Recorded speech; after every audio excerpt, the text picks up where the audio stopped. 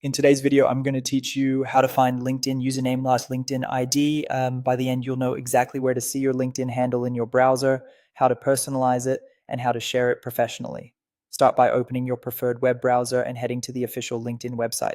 It's best to type the address directly into the address bar and look for the secure padlock icon so you know you're in the right place. Once you're there, sign into your account using your usual login details. Take a second to verify the page looks familiar and official before entering anything, just as a good security habit. After you're logged in, go to your own profile. At the top of the page, click your profile icon, sometimes labeled Me, and select View Profile from the menu. This takes you to your public facing profile page where your unique link lives. Now look up at your browser's address bar. You'll see a URL that typically looks like linkedin.com in, followed by a unique text string. That ending part right after in is your LinkedIn username or LinkedIn ID. For many people, it's their name.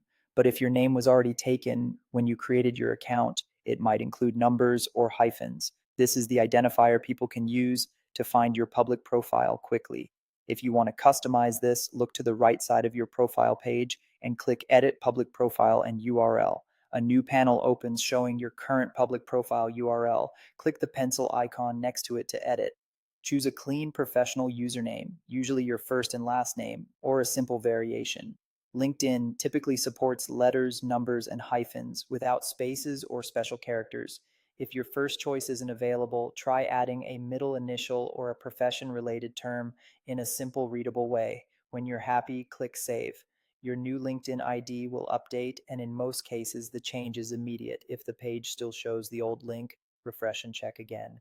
To share your profile, just copy the full URL from your browser's address bar, paste it into your resume, email signature, or messages. Using a short, clear username makes your link easier to remember and looks more polished on applications and social profiles. And that's it. If you found this guide helpful, don't forget to like the video and subscribe for more LinkedIn tips and tutorials.